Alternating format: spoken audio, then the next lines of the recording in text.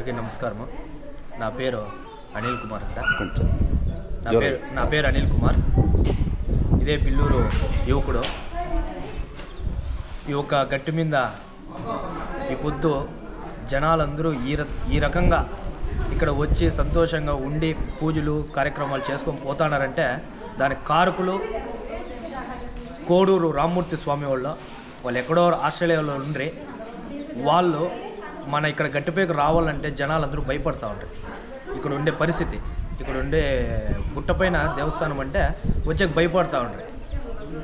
అట్లాడితే ఈ పొద్దు ఇంత పవిత్రమైన దేవస్థానము ఇంత విశాలంగా ఇంత అందంగా చేసినారు అంటే చాలా సంతోషంగా ఉంది. మరియు దేశం మనకి ఏమిచ్చింది అనేది కాకుండా దేశానికి మనం ఏమిచ్చినాము అనేదే కోడూరు రామ్మూర్తి స్వామి వాళ్ళ నియమాలు. వాళ్ళు మా ఊరికి ఈ ఒక దేవస్థానం కట్టించి ఇక్కడ ఉండే ప్రజలకి కాకుండా ఎక్కడెక్కడో దూరం ఇంకా కడప కావచ్చు, పులివెందులు కావచ్చు, అనంతపూర్ కావచ్చు, ఇక్కడ మా కర్ణాటకలో చిక్బళాపూర్, బెంగళూరు, మైసూరు ఇక్కడ వాళ్ళంతా ఈ పొద్దు మా ఊరికి వస్తూ ఉన్నారంటే మా ఊరు అభివృద్ధి చెందుతూ ఉందంటే ఆ కారకులు ఆ కోడూరు రామ్మూర్తి స్వామి వాళ్ళకి ఇంకా ఐశ్వర్యము ఆరోగ్యము బాగుండాలని కోరుతూ ఉన్నాము.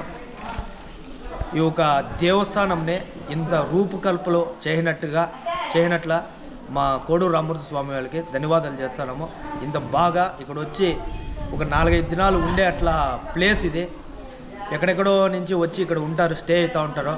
ఇక్కడ ఈశ్వరు కావచ్చు 35 అడుగులు ఈశ్వరుని కట్టించినారంటే సామాన్య విషయం కాదు. ఆ పక్క ఆంజనేయ స్వామి ఉన్నాడు, వాళ్ళు 25 అడుగులు ఆంజనేయ స్వామి ఉన్నారు రామలక్ష్మణ్తో సహా. ఇక్కడ స్తంభ లక్ష్మీ నరసింహ స్వామి అంటే ప్రత్యేకత ఉంది.